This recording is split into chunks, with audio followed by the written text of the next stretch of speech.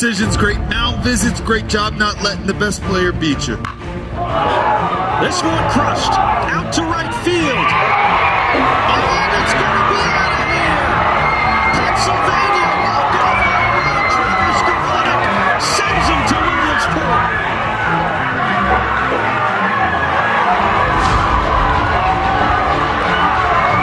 With the 37th pick of the 2023 MLB Draft, the Detroit Tigers select Kevin McGonigal, a shortstop from Monsignor Bonner High School, Drexel Hill, Pennsylvania. 2 balls, 2 strikes to Bryce Harper. Suarez delivers. Swing and a drive. Left field. It's deep. It's gone. Yes! And it is gone! Yes! It is bedlam at the bank as Bryce Harper has put the Phillies on top. Are you kidding me? Oh, his 10th career home run in the postseason. And he may never hit a bigger one. What is up, Delaware County, and welcome back. We have hit the big 6-0, episode number 60 of Delco Baseball. Now that guy over there is Ben Thorpe. I am Brendan Ricciardi. This is our first playoff episode, and a pretty good day for the Delco boys. Yeah. I think we were saying feels like it's an overwhelming success today. And then never realistic to go fully undefeated, but feels like with what we got, it's a pretty good result. Yeah, and there was just such a bunch of unknowns, like we try to keep in touch with like the other conferences, but until the districts, like you really never know what like the Suburban looks like, what the Chestmont looks like, what the Pioneer looks like. But our teams went 5-3 today. If you take out the Delco versus Delco matchup, we are 4-2 in the Delco versus non-Delco games. A lot of games that early on looked like they were going to be the other way around, as we'll get into a little bit. But overall, a pretty good day. So this show is being recorded late Monday night. So we'll talk about the 7 games we had today. We'll talk a little bit about the PAISAA State Playoffs that will be Tuesday. This episode should be out before then, but we won't know the result of that game until later. We also have the PCL Playoffs on Wednesday for Bonner. But we'll get right into it. So our first game that we're going to talk about, Ben, you were at this game, Penncrest 2, Upper Moreland 1. Tell us about this one. Just a very, very tight baseball game all around. We had Gavin Brown started. We're on a first name basis. He was on the show. I feel like most people that if we're talking about a Penncrest pitcher named Gavin, there's one. Last year there was 2 though. Last year there was 2. So now that's a good point. We only got one to talk about now. Yeah. So he started, didn't have his best. Velocity, everything looked there. It was just leaving a lot of pitches high. Maybe just, first playoff start. Well, I think the Butterflies are there and honestly, the Butterflies seem like they were there for everyone on that team right now. But he started, did his thing. Upper Moreland started the sophomore. That was, I think, Nick Simmons, who he shoved. Like, he was really impressive. So it was close game. Upper Moreland took the lead in the I think it was the top of the 5th. I think it was top of the 5th. Yeah, because they got it off of Gavin. Yeah, I guess didn't really it was an error, but it was when he was still pitching. Yeah. So that was. I don't know. It seemed like there was like a lot like frustration kind of building up as they weren't able to break through, and then that happened. And I feel like there was definitely like a little bit of because that run came through as a bases loaded, like a pretty brutal drop, if we're going to be completely honest. But that came through, and it felt like there's a little bit of like, oh shit, kind of going through the crowd of like this might not end well here. And it's tough for a group like that hasn't as a group like been here before, right? Like you have it's okay to be nervous, like anybody's first run. That's why like when you talk about like we'll use Strathaven as the example, right? Like this group has been in the district title for 3 years in a row, like so they know what to expect. Like they're not nervous. They come into this game having that experience, and a team like Penncrest, like maybe in their whole baseball lives, right? They've been in big games before, but as a group. Like this was their first taste of the real thing. Oh yeah, for sure. There's probably a lot of kids there on that team that were getting significant playing time where this was the biggest game of their life. And I think you could see that. And really though, like I feel like when they got down, the only people that didn't kind of freak out and be like, "Oh, this might be bad," was them. Like they kind of stayed at it, and they eventually broke through in the sixth. There's I guess Sam Dennett started off, drew a walk. They bunted him over with Gavin, which we were kind of like, what? I was surprised. Move? I honestly, I thought it was going to be like, you have your best hitter up, just let him hack. But they trust the guys behind him in the order. I think Ben Etienne's RBI single tied it, and Henry Murphy's double down the line took the lead. And we're not head coaches, so don't take our opinion on anything. But I thought it was insane that Upper Moreland took Nick Simons or Simmons out at, I think it was about 75 or so pitches. Yeah, it was at I think it was at 76. It felt like to us that was a move where they're like, we want him to start Friday. Should we win this game, then beat Strathaven? But that to me is an insane approach to have, that you're assuming that, like, I get you have to prepare like to win, go on a deep run, but like you're in a 1-0 game in the sixth inning and you take out your guy who's cruising, like that felt very risky to me. I don't think that was why they did it. You don't think so? No, I think they probably. I mean, 70. Like he's still at 76. He's towards the end of his day, and the guy who threw wasn't throwing bad. I think it just was a different look, and that's kind of what they needed. I assume he was probably I don't have any of the stats or anything. I assume it's a reliever that they just trust, like with that situation. Penncrest was on probably their third or fourth time around seeing him in the middle of the order.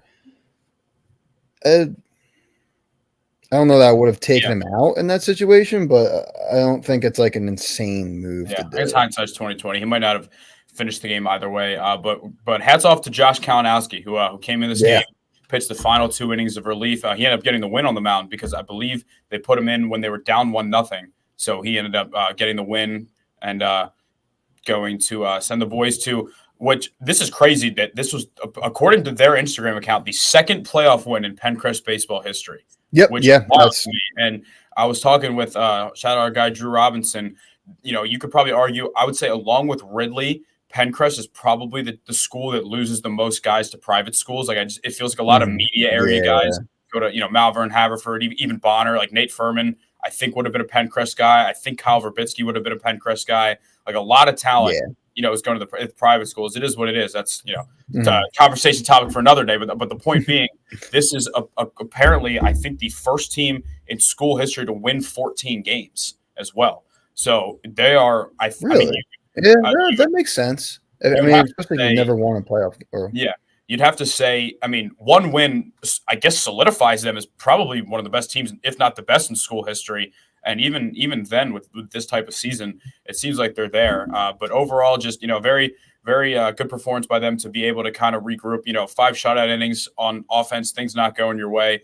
Could have been easy to just kind of let that pressure get to you and fold. But you got Ben Etienne, one of the core members of this group. But then you got a guy like Henry Murphy, who's a sophomore, still kind of trying to make a name for himself. And you'd have to think that he's probably going to start on Wednesday because he threw very well against Strathaven the first time they played. The first time he started against them, like just last week.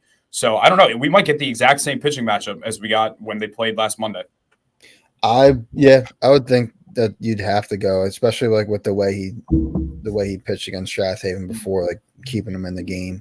It's gonna be weird to see what they do after. I mean, I doubt he's gonna go a complete game against the Haven offense because obviously Gavin's cooked. And I'm pretty sure Kalinowski might still be good. I don't know. You look up the pitch count. Because he would have had to be, if he was under 50, he could pitch again. I think he was only 2 innings. I think he was under 50. He didn't really get into much trouble. I think he should be all right. I'm trying to think. All right, you looked up that. I'll just wrap up this game here. So for the sake of the bracket, we're going to stay up in this region here. And we're going to talk about. He's fine. He was at 23. All right, cool. Penncrest takes this one 2-1. They are the 5 seed. Upper Moreland was the 12. So now Penncrest is the 5. We'll head to number 4 Strathaven on Wednesday. Staying in that region of the bracket, we have Marple Newtown They played a night game, so that's the reason we're recording this at 10:30 right now on Monday night. We actually were considering doing a live show because we thought it would be cool to kind of get all the guys to like jump in after their games were done. But then we realized it wouldn't be until like 9 or 10. So we're like, all right, maybe we'll debut that another time. This game was under the lights. Very thrilling game. It was a 7-4 Marple Newtown win. Marple went up 2-0 on RBI. I believe it was a double from Aiden Pearson, a single from Aiden Hennelly. Phoenixville tied it up, 2-run homer. But the moment of this game, Paul DeFrucio hit a 3-run bomb. Say what you want about the Marple fence. I don't care. That was a bomb on any field. It was gone. He pimped pardon my language, he pimped the shit out of it. Bat toss in the air and everything. That put him up 5-2. Got a little dicey in the 6th inning, but Aiden Pearson came in to get out of the jam there. Great start from Aiden Curran, I believe. Yeah. I don't know. I think he might have appeared in that Oxford game last year, but like first playoff start for the sophomore, very good. I think 5 or so innings, 2 earned runs. And, we got to talk first and foremost here about Lucian Berger, who is playing through, I don't know if it was, I believe it's either a torn rotator cuff or labrum in his shoulder. But I talked to my guy, Gabe Encarnacion, assistant coach from Marple, who said the doctor told him, you need surgery. It can't get worse. If you can play, then you're allowed to play. I think that was kind of what we had theorized when we first, because I mean, I was checking the box score and you see L. Berger center field. Is there a third one we don't know about? Are we missing Larry Berger? I texted you. I'm like, unless there's another L. Berger that would be hitting second, like I think Lucian's playing right now. I think I just texted you back, and again, pardon my French. I think I just texted you back. What the fuck? Yeah, I saw him at the Ringers facility like a week ago, literally last Wednesday. And he just looked like so dejected, like, it sucks. And we were kind of bonding because I was telling him about how, when I broke my ankle, I had to miss our Club World Series. I'm like, I know how it feels, dude. It sucks. Like, all you can do is just like, try and be a good teammate. If you look like you're sad and moping around, it brings everyone else down. Just like, try and be I know it sucks, but, on the outside, you got to put on a good face. And he said, nah, screw that. I'm going to play. I'm going to go out there, hit 2 balls like 100 miles an hour.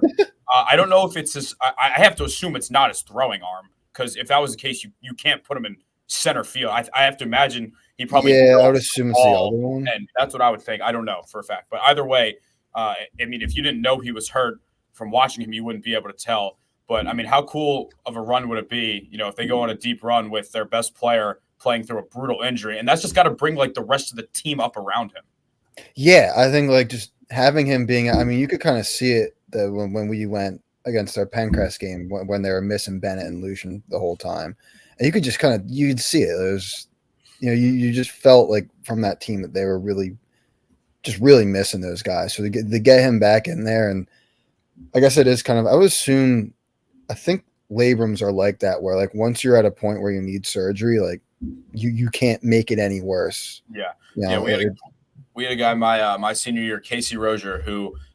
He broke his hand when we were playing Springfield, and he had the surgery scheduled for, I think the closest he could get was like a week and a half. And he had like a broken hand. And they basically told him like, hey, like you're already getting surgery. He played like 2 or 3 more games. I honestly don't really remember how he did, but just like the fact that he was out there, I'm like, I know how much pain you're in. Like, you're a beast. But yeah, no, it's one of those things where it's like you're a senior, you're obviously, it's a very senior heavy team. So it's guys you've grown up playing with forever, and you don't want to go out like this. And I have so much respect for him for gutting it out. So what I want to see how they scored this. So we're going to fast forward here. Marple was up only 5-4 in the bottom of the 6th. So they wanted a couple of insurance runs. So what did they call this? So they called it, I think they might've called it like interference. It was either interference or a balk or something, because there was like a base hit from Paul DeFrucio where Jack Mahalik, I think what might have happened is I think he was rounding third and might have ran into like the third base, like something, like he was on third, then the umps called time and like pointed, and like both runners went to third and home, but then Paul went back to second. So that's why, like, I had the game on, but not obviously there was no play-by-play, but like the sound on. So I'm wondering, like, what exactly happened? I don't know. And then eventually, I don't know how Phoenix fell for this. It was like one of the first and thirds where with 2 outs, they threw the ball to second. No. I was sitting there like, how are you gonna let that happen? I don't know if it was miscommunication on the plays or whatever it was.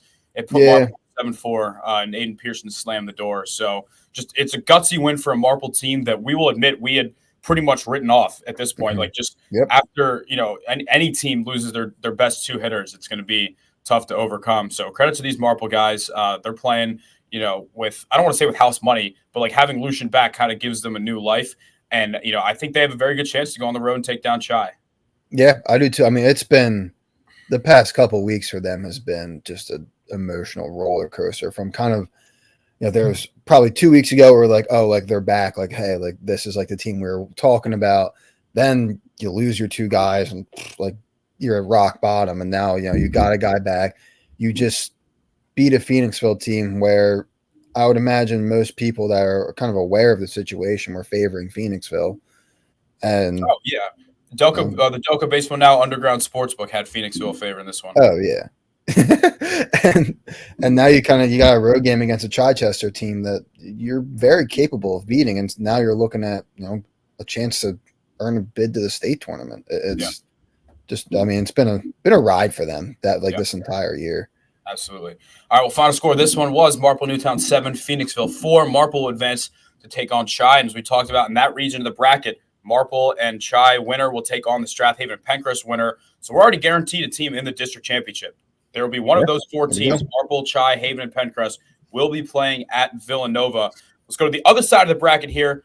We might be going out of order of our Google Doc here, but just for the sake of, we'll stick with 5A. Radnor 11, Interboro 0. Radnor, they took a risk. They sat their ace, Austin Havertine, because they felt good about their number 2, Ryan McWilliams, and their offense against this Interboro team, and it paid off. Andres Cruz with a 2-run shot in the, I believe they scored, 6. I'm going to look it up real quick.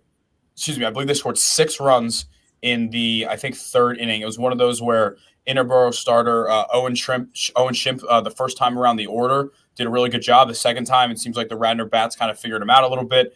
So Andres Cruz had a 2-run homer, but what really iced this game was Zach Fine had a 3-run double that cleared the bases in the fourth. That made it 9-0. That was kind of like the icing on the cake. But, I mean, you could argue that no one's in a better spot for like a Cinderella run than Radnor, because they had 5 different – every single starter every single pitcher in this game, I believe, is still eligible, because Ryan McWilliams only threw 40 pitches in 3 innings. Yeah, he'd be good. Blake Havertine threw 1 inning. Daniel Kellis threw 1. Danny Armstrong threw 1. Matt Zaslow threw 1. They're all good to go. Whatever route they decide to go, assuming Austin Havertine starts against Unionville on Wednesday, they have all these guys ready to go. And it's going to be tough. We'll talk a little bit about Unionville real quick. They have this kid, Nick Deal, who is committed to Tulane. He's a 2-way pitcher. He is massive.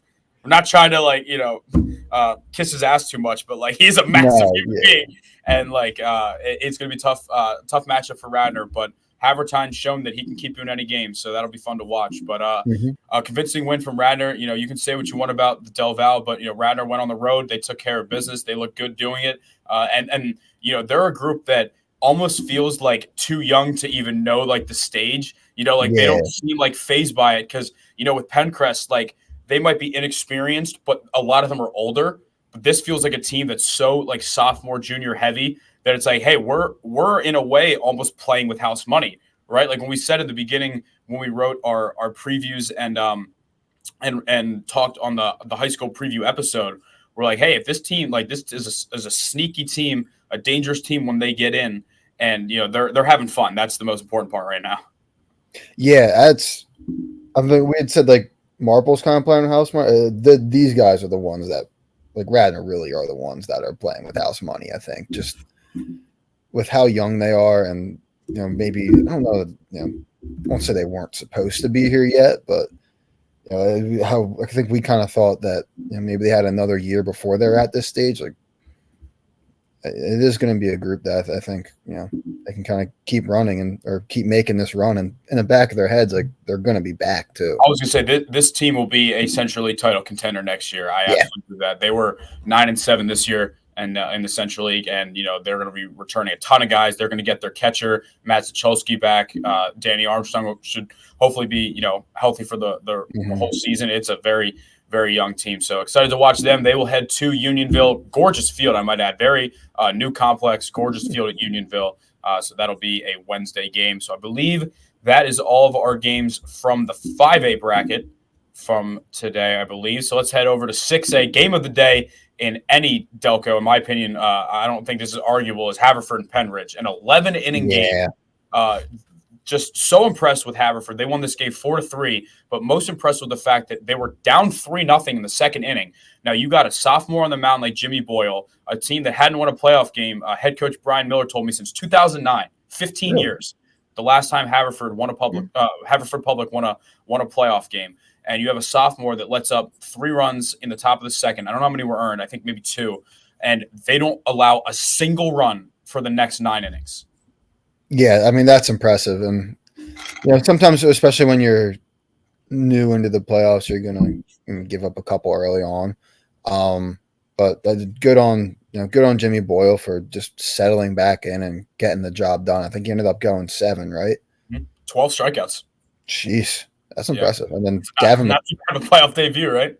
Oh, yeah, not bad at all. And then Gavin McClafferty, who pitched the entire extra innings, you want to talk about balls, that's just a ballsy performance out of him. Yeah, I don't think he had himself throwing 56 pitches in relief today. The game going well for them. I think that's if you heard he was going to throw 56, you're probably like, we're Jimmy's out early, we're in trouble, whatever it may be. But I'm just pulling it up just to such a long game, refresh my memory on how. So it was one of those Haverford kind of just chipped away. They were they had that mentality hey, we're not gonna score all the runs at one time. They got they got an RBI ground out from Christian Sorelli in the bottom of the second. They got in the bottom of the fourth. They got a sac fly from Cam McCormick, freshman, very big freshman on that Haverford team. But they really they put themselves in a tough spot. They were down 3-2 going in the bottom of the seventh. Shout out my guy John Sharkey. I've actually played a baseball game as a teammate of John Sharkey in the Edco League because his older brother Jim is, I want to say, I think he's a grade older than you. Okay.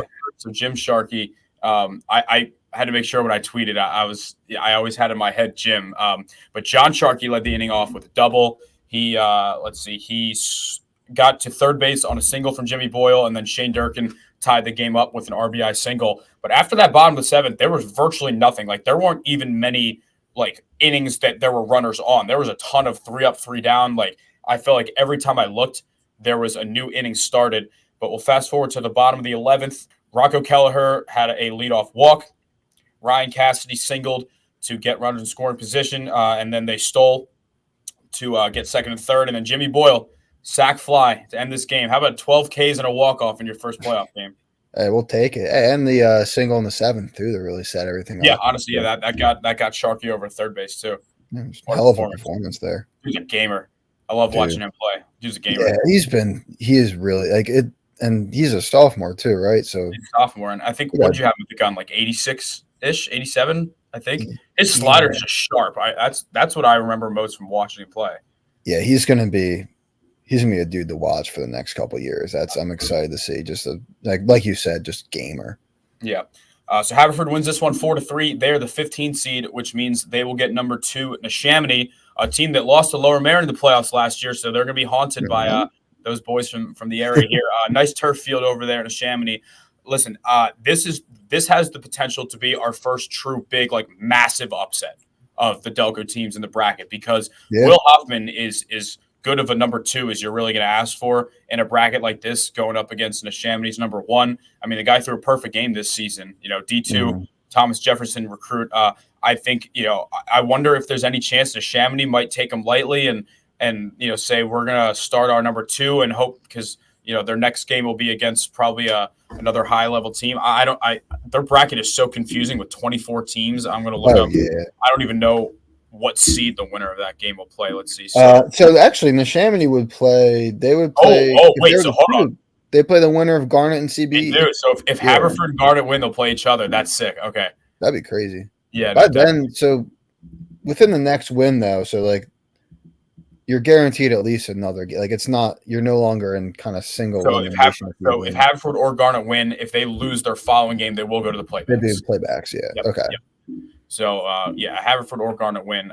Seems like a good transition to talk about Garnet here.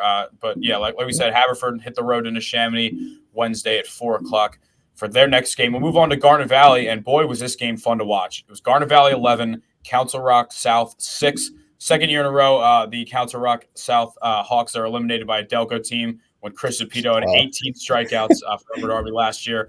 But at least they got a little bit of offense this time. Man, was this game fun. 9 runs in the second inning.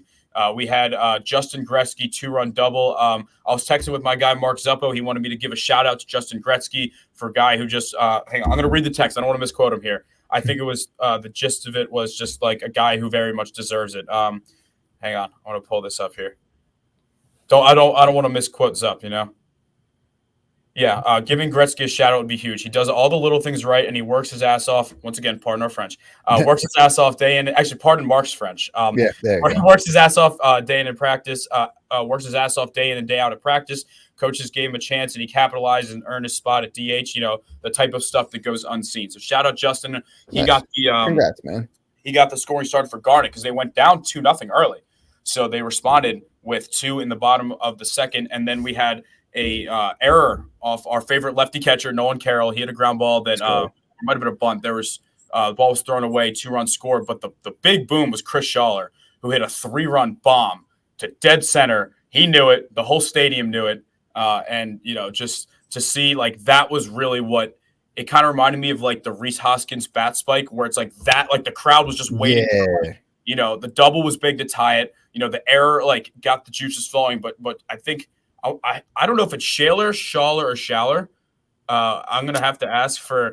We could say Swartanevich, but we can't say. I thought I like to take on the difficult challenges here. I thought I heard you say Schaller. It's not as bad as me trying to say rivalry, but yeah, it was a 3-run bomb from Chris. We'll call him Chris for right now. Yeah. And, first name basis. Chris would commit with a nice little bat flip, but the back-to-back was what really got me excited. Brady Thompson took one out to right center after that. Back-to-back homers, 8-2, and the best part was there were still no outs in the inning. They scored, I want to say they might have scored all 9, but they definitely scored 8 runs before an out was recorded in that inning. And, man, it's hitting season over there in Garnet Valley. Mm-hmm. That was, man, if they can keep swinging it like that, I don't see how they don't make a deep run. Like, that is a dangerous offense right there. Okay, so yeah, they scored 8 runs. They had gotten out, and then Jack Krautz had a single to make it 9-2. But yeah, they went on to win this game 11-6. Nick Gordon through the first 2 innings. They got up big.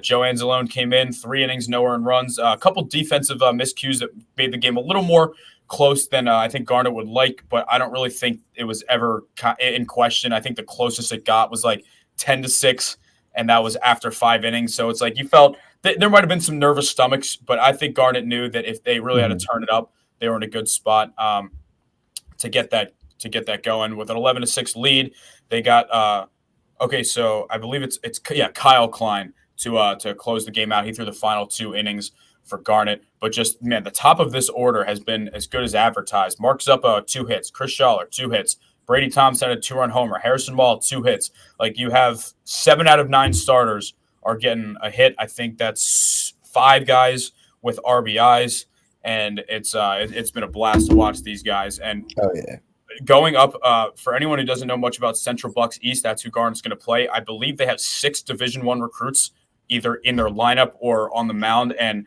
Chase Harlan is the name to know. He's committed to Clemson, another guy who's just a large human. I saw him just flick an opposite field homer on a video on Twitter. So I feel like that's a game where it's just like, just bet the over and have fun. We'll see it. So for Garnet, is there anyone who wouldn't be like? Is there anyone who went over 50 pitches? Good question. Let's find that out, because I guess there's a chance that Nick Gordon would start that game again. That could be why they wanted to get him out so early in that one. He threw 40. So if they want Gordon to start on Wednesday, it looks like he should be able to. Anzalone threw 55, so I think he's done. So he'd be out. I think Zuppo's starting in that game. I think that would make sense. I think that was their plan originally. I think maybe it could be something where Mark starts and then he could come in. Nick could come in as well. But having Nick and I guess Kyle Klein too, like, available helps you a lot. Yeah. Starting Mark makes sense there, especially that's gonna be such a fun game. Oh yeah, so that's on Wednesday at CB East. At CB East. Let's go with CB East for me. I'm going to guess. So Ben lives in Conshohocken. I will be soon, but I currently live in Westchester. I will be at the Strathaven Penncrest game. How far is it from you? 41 minutes. Okay. What are some, so On I think Wednesday though, like that's like. So let's see. I think our guy Dylan Johnson. So he went to Chichester. I think he's going to go to the Chi and Marple game. Haverford. I think Neshamony's kind of a hike, right? Yeah, Neshamony's like I think north. That's Langhorne. All right, Neshamony's 45 from me. Oh, Neshamony's 25 from. Oh wait, it's in the Neshamony Mall. Why do they do that? That's probably still. Yeah, Neshamony's actually fairly like that's about as far. Yeah. As it would be to any of the Delco high schools. Yeah, Radnor to Unionville's not too bad either. But yeah, I'll be at Strathaven and Penncrest on Wednesday. But let's if this Garnet offense can stay hot, man, and they got a little magic going for them. I know the Garnet Valley families really rallied around Mark Zuppo since his father passed. Also, the Delco baseball family as a whole, man. I want to check that out. Like the amount of support that the Zuppo family. The GoFundMe is over 16,000, which is insane to be able to support them like that, and to have the whole team kind of rallying around him for that is something that it'll never show up on the box score, but if they go on a deep run, they'll all tell you that has all been a big part of it. But yeah, we'll wrap that one up. Garnet Valley 11, Council Rock 6. I'm sorry, Council Rock South 6. I believe North was in it as well. Yeah, they also lost, I believe. Actually, I think they lost. I figured once we got done with the last two Delco teams and unfortunately lost, I was just going to rip through every single score of both brackets just to talk about real quick. But yeah, let's talk a very close and unfortunate loss. North Penn 3, Ridley 2. Danny Stickney hit a solo homer to put Ridley up 1-0. Believe they did go up 2-0 on an RBI ground out from John Tian. North Penn scored 3 in an inning. Chris Kimmel was good. It's just a good baseball game. I came out very impressed because North Penn is a perennial powerhouse. It was a 14-19 matchup. It was one of the few road games that our teams had. Tough loss to Ridley, but I was very impressed with the team that lost so many stud players from their 23 team. Everybody was kind of down on them this year. They won 4 in a row to get back here. They're 4-8 in the Central League, and I think they have nothing to be ashamed of. Yeah, no, I know when they came on the podcast before the season, they said that their big goal was to win a playoff game, and unfortunately, it doesn't fell just short of that. But I think these guys should be really proud of themselves the way they fought to even get in the playoffs, and then the way they played against North Penn, who I don't remember a year where they're not one of the favorites to win a state title. Really just something to be proud of for those guys. I don't think any of them should hang their heads. Not at all. Shout out my guy Kevin Monero. I work for the Big 26, so it's Feely from Strathaven, Kevin Monero from North Penn, and I'm totally blanking. His last name's Harrison from Springford. I'm blanking on his first name. I usually just call him all Coach just out of respect, but I need to see. So Monero, the North Penn coach, his brother is the Plymouth White Marsh coach, Chris Monero, and I want to see. That would be crazy. They're on different sides of the bracket, but a championship game would be big Harbaugh Super Bowl vibes. That would be really cool. Yeah, proud of those guys over there. Last game on the list here, Henderson 7, Lower Merion 1. This was, I think, probably the most just surprising result, just because we've been so accustomed to games that Van Wilner starts for Lower Merion that the opponent is just doing nothing. And Henderson was the first team to be able to solve him this year. I believe he only had maybe 2 or 3 earned runs of those. But Cole Snyder, I think he's a Shippensburg commit for Henderson, did really well. He threw 5 and a third, 5 and 2/3, 5 and a third. And, the Lower Merion offense wasn't really able to solve him. 5 runs on Van's stat line, 2 earned, but it wasn't Lower Merion's day. They weren't able to get too much on offense. I think Henderson scoring 3 in the top of third was almost, I don't want to say like a shell shock, but like when you have a pitcher that has allowed 0 earned runs all season, let up his first, 2 earned runs and then 3 total in the inning, like it's almost just kind of like a shock. Like, oh, like we don't even know what to do right with ourselves right now. Yeah, there's so many games where Lower Merion had gotten away in the regular season where they had, I feel like, gotten away with winning 1-0, 2-1 in Van starts. And, when you find yourself down like that and suddenly, I don't know, not like that their offense maybe thought they could take it off, like take the day off a little bit, but like when you have your guy up there and like you've struggled for runs a little bit all year and find yourself down like that, it's tough to really like rally the troops, I think. No, it's a good way to put it. The like having to hit with pressure on is a lot different than without. Like they might have been able to break through off Cole if the game was still 0-0 for a while, right? Like knowing that, like we need to get these 3 runs. Yeah. It's just a different like mentality, than they've had, throughout the season. So, we don't need to harp too much on this game. Congrats to Henderson. They played a very good game. I believe, it was either last year or the year before they were in the district title game. They were always a 5A team when we played. Now they're up in 6A. So they've made that adjustment, and very good program over there. They will head to – sucks for you, Ben. That game's in Plymouth White Marsh. Yeah, no, I was dude, like talking about like banking on like I was saying like a van starting. I'll just go walk over to Plymouth White Marsh and watch that on Wednesday. Now I got to get in my freaking car. Yeah. Final wrap up. Interborough, Ridley, Lower Merion. Great seasons for you guys. I mean, anytime you make the playoffs, in my eyes, you should consider it a successful year. We'll do like a whole end of season, recap roundup when all the teams are done. But we looking forward to seeing you guys back on the diamond next season. So now that we wrapped up the Delco teams, I'm just real quick in the 5A and 6A, just going to read every score just to kind of keep you guys up to date. I will actually I was gonna share the screen, but I felt like it looked a little blurry last time, so I'm just gonna read them. I'll go in order of the bracket so it makes sense from top to bottom. Marple Newtown 7, Phoenixville 4, Penncrest 2, Upper Moreland 1, Radnor 11, Interborough 0, and in the last of the non-Delco games there, Westchester East 4, Oxford 3. That was an 11-inning game as well. Wow. Do not know exactly how it ended. I know obviously it was a walk-off because Westchester East won.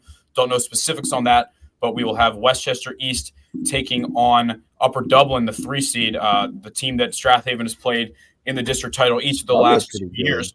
So that'll be a good game. Upper Dublin, Westchester East, Unionville, Radnor, Penncrest, Strathaven, and Chichester Marple are the matchups for that. Now we have a much more complicated 6A bracket with 24 teams in it. Real quick. What do you got?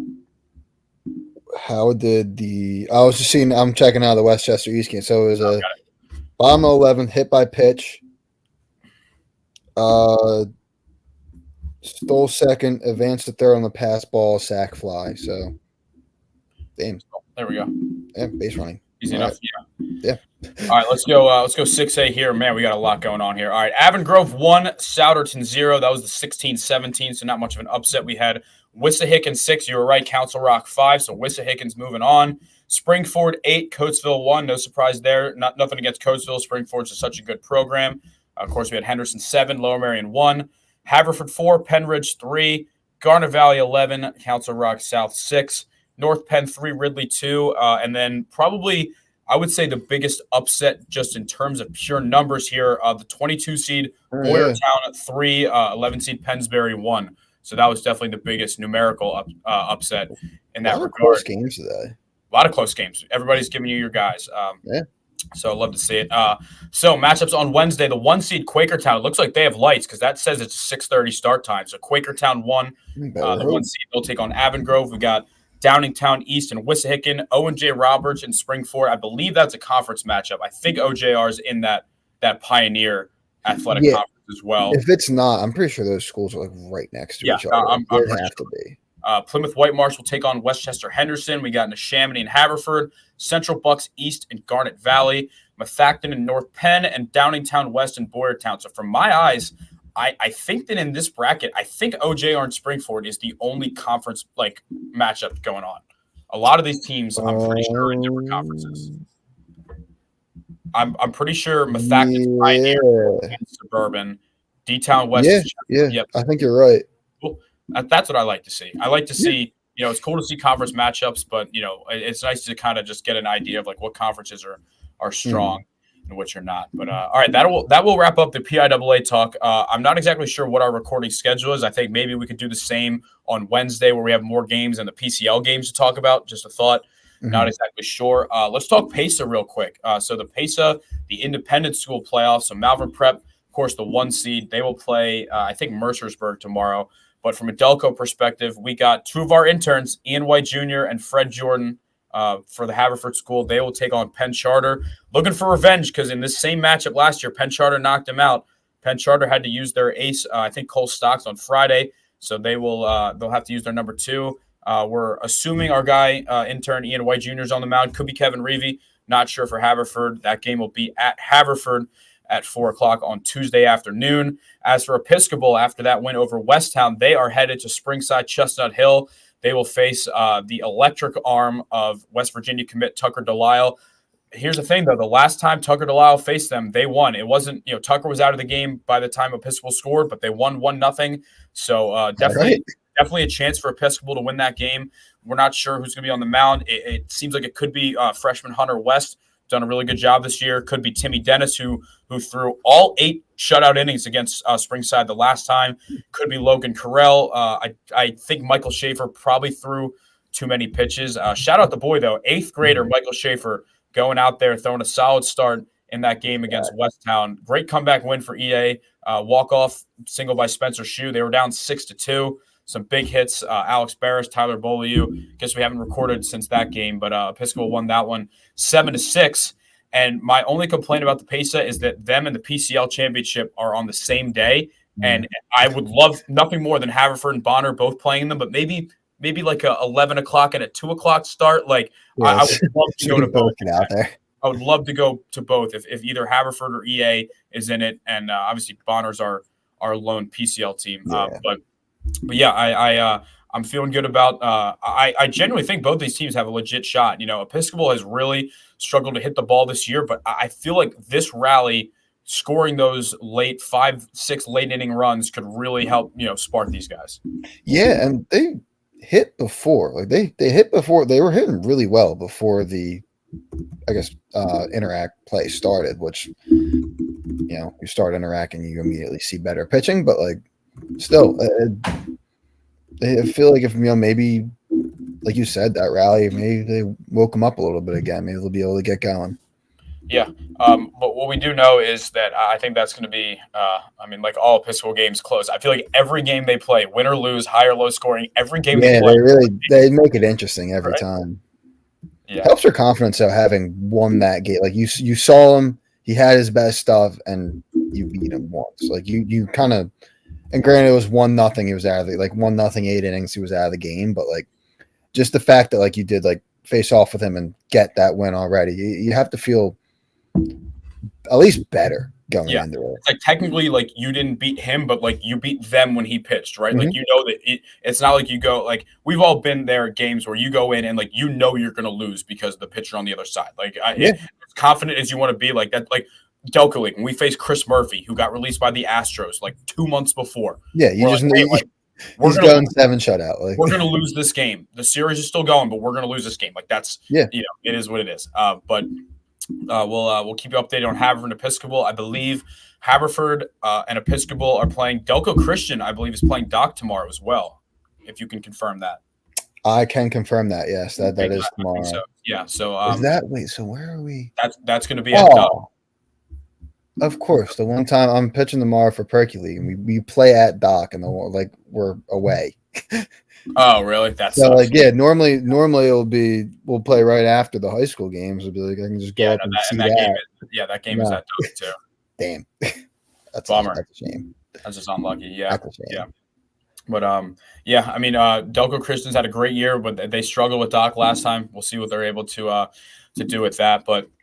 Let's talk some PCL here. So we had Bonner play on Sunday. It was supposed to be Saturday. It was on Sunday. Took down St. Joe's prep. Corey Sheridan was great. I think he threw 6 innings, right? 6 innings. 6. Yeah, he went 6. Jack Redding through the last one. Yep, 6 innings, 1 earned run.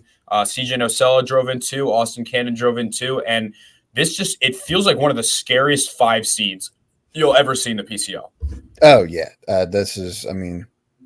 I guess they've had a couple. They had a couple uncharacteristic, maybe just a couple tough losses throughout there that bumped them down there. But yeah, these are not, especially for LaSalle at the top. This is not someone you want to see. And yeah, here are their 4 losses.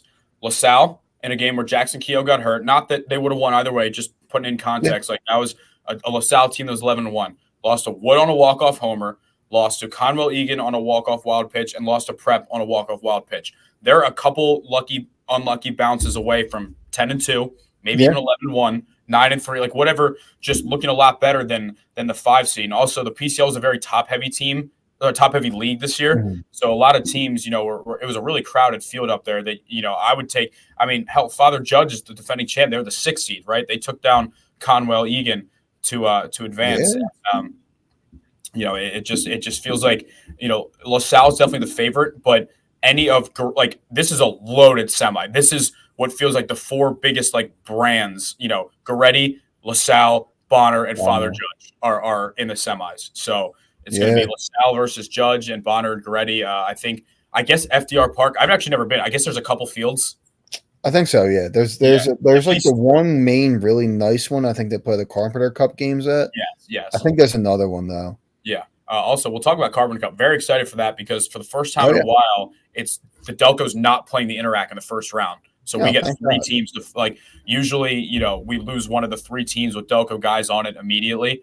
But we got Delco, Interac, and PCL are all playing at different times. So looking forward to that. But, do we know what of our guys are going to actually play in the Carpenter Cup? The trials are on Saturday. I need Bogo to send it to me. I think it depends. I would think for any of the teams really.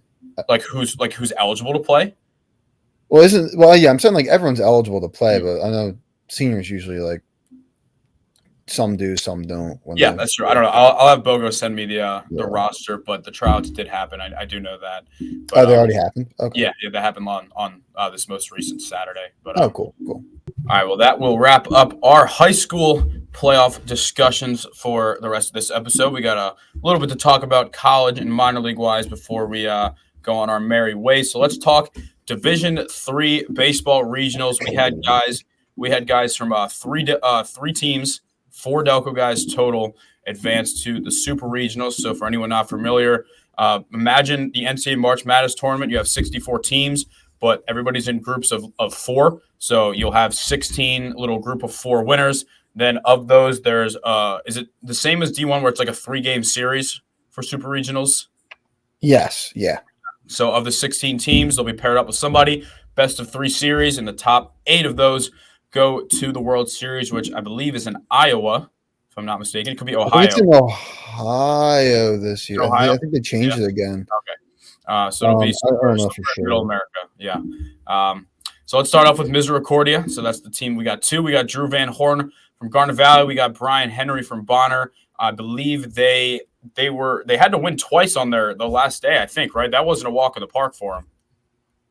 No, they only had to win once. Who am I thinking of that had to? Randolph-Macon kind of had to beat I don't think anyone we had to win. I think everyone we had went 3-0. Let's see. Unless Misericordia lost the first one. No, you're right. Who am I thinking? I don't know who battled back. Maybe I was thinking. Maybe I just had in my head Elizabethtown because they won a couple games to get back. Into the championship. They did that. Catholic was close to it. Immaculata, I think, won a game, but those 3 all went 3-0. Yeah. Well, shout out to the boys. We got I know that Isaiah Winokur from Haverford School and Johns Hopkins, they ran the table. They lit up the scoreboard all weekend long. Dude, they just when they play in their own park, man, that's a different team. Yeah. And John Queasy from Conestoga, leadoff hitter for Randolph-Macon. They won that region over Penn State. He had a really good game, I think, in the championship game too. Yeah. He got hit by 2 pitches. I think he had a double. He had, played really well for them. Yeah. Also got to give a quick shout out to our guy Quentin Perilli, who threw an absolute missile. Basically from the left field fence to get a runner out on a sac fly. I thought the ball was hit so deep. I thought the throw should have gone to second. Next thing I know, the catcher's holding it, slapping the tag down. What a ridiculous throw from him. If his time as Elizabethtown is over, what a career he had there. I think 23, maybe 24 homers in his 2 seasons there. He's already the program's all-time leader in homers as a sophomore. Just a ridiculous season for him. Unfortunately, at the D2 level, we didn't have anybody advance. Tough showing from Westchester. They went 0-2 in their regional after a 43-7 season. I did not see that coming. The pitching wasn't great. I think they lost 9-2 and 7-2. I mean, even then, the offense wasn't great either. Just real letdown. Unfortunate for those guys. I believe Millersville and Goldie Beacom are out as well. Yeah, they went Goldie Beacom won, and then I think lost their next two. Millersville lost one and then lost. Mm-hmm. So I think Millersville lost twice to Seton Hill. Goldie Beacom lost to Malloy, and now I was just looking at they lost to New Haven actually. At the D1 level, we know Alden Mathis and Clemson will be hosting a regional. Penn just won the Ivy League championship, so I think Reed Farrell might be hurt because he has no statistics for this year. And you think like even if you're a role player, like you're going to play at some point. Yeah.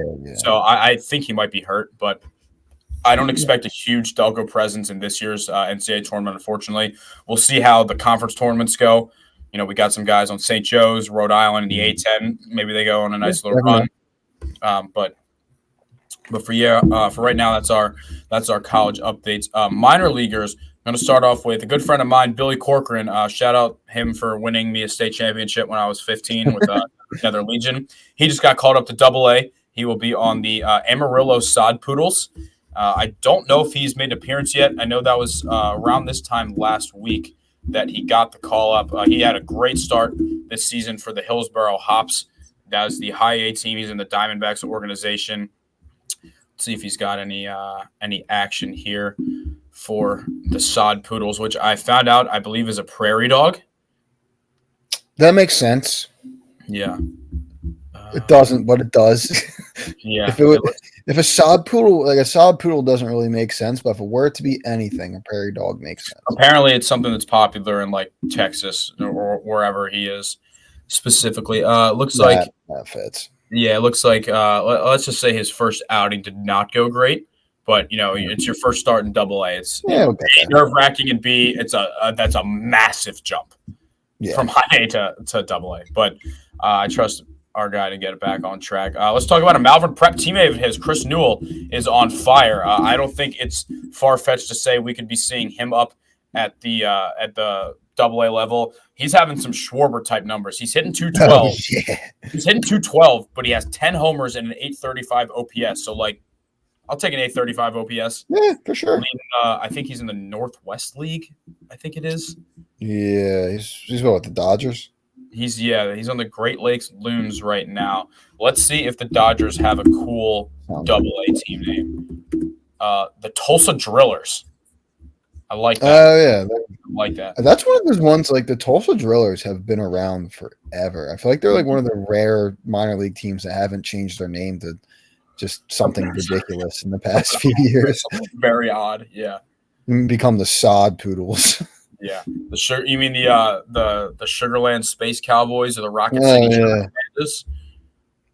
Yeah, those ones. What's the Dairy Daddies or a new one? Oh God. Yeah. There's some weird ones out there, man. So when we bring minor league baseball to Delco, what should our team name be? I always thought the Delco Bubbles would be a funny name because people always talk about like the Delco Bubble. Yeah. I've actually heard people call the Delco Bubble two different things. So for me, it was always like once you grow up in Delco, you stay in Delco, you die in Delco, right? Like you live here forever. Everyone knows everybody, whatever. Mm-hmm. My guy, Corey Woodcock, calls the Delco Bubble somewhere that if there's a bad weather storm, it sometimes that's what I know. That's what I know the Delco Bubble as. I know it's the weather thing. Yeah. Yeah. Some people just say it like they just will just completely miss this area entirely. Like you'll cancel it's a real thing. Like that's like whatever the like I don't even know how to describe it. My mom described it to me once, but it's like however the air pressure and it's the atmosphere around Delco just from where we're at. I guess like next to kind of the rivers and shit. Somehow stuff misses. I mean, there's certainly been times where we've canceled games and then it's picture perfect. So yeah. But yeah, so the Delco Bubbles, we'll work on that. You can't pop the bubbles. Last but not least, our guy Nate Furman from Bonner. I believe I think he was the first ever interview on this show, if I'm not mistaken, way back when he was in the Cape Cod League, and he has homered 5 times this year. Which, you know, when you're talking mid-May, is not that crazy when you realize that in his pro career he had 0 before this year. I don't know where this powers came from. He's batting leadoff for the Lake County Captains, the High A Cleveland Guardians, and he's just been on fire. Like power's never really been a big part of his game. 5 is probably more than he's ever had in a season. Honestly, even going back to media, literally, he wasn't a big kid. He's never been a big kid. Yeah. I'm sure I'm sure he popped a couple back in the majors and media, but like, I don't know where this is coming from. I don't know if he added more strength. I don't know if it's a swing change. I don't know what it is, but whatever it is, you just keep doing that. Yeah, no, dude, like that's awesome. I think when we first talked about it, we were talking about he had 2 against that one Dayton team. Yeah, those dudes had to be sitting there like, what the hell is going on? Oh my god! I just found out what the Guardians AA team is. You ready? Oh Jesus Christ! They're the Akron Rubber Ducks.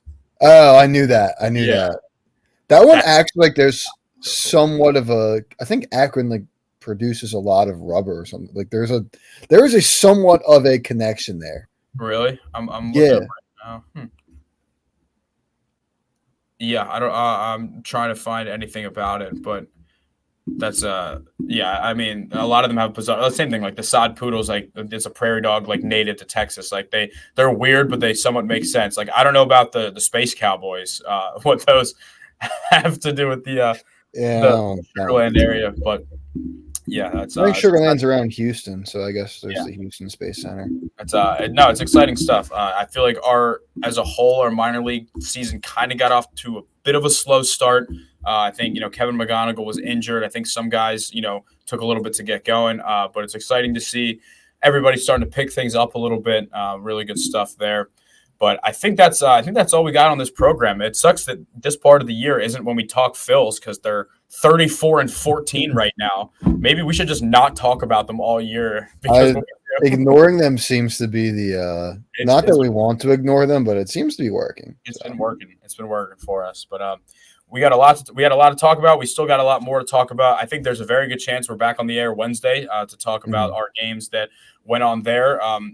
This is one of those things where, first off, we've never really had a set schedule to begin with. It kind of depended on when our studio was available. But with that being said, we feel like right now we have so much to talk about and so little time that we can just pick and choose when we get after it. So I would say expect this episode, I would imagine, will be out like mid-morning, mid-afternoon Tuesday. Since there's only 1 or 2 games, like this could really be out anytime Tuesday, and it would still kind of make sense overall. But I'm just excited. We got a team already locked in. We'll see at Villanova next Tuesday in the district title. I don't know who it's going to be between Haven, Penncrest, Marple, and Chi. Hopefully we can get a 6A team as well. But a lot to be excited about. So as always, thank you guys for tuning in. Make sure if you don't already, like and subscribe. If you're watching on YouTube, give us a follow at Delco Baseball, Instagram, Twitter, and Facebook. As always, thank you for tuning in, and we will see you next time.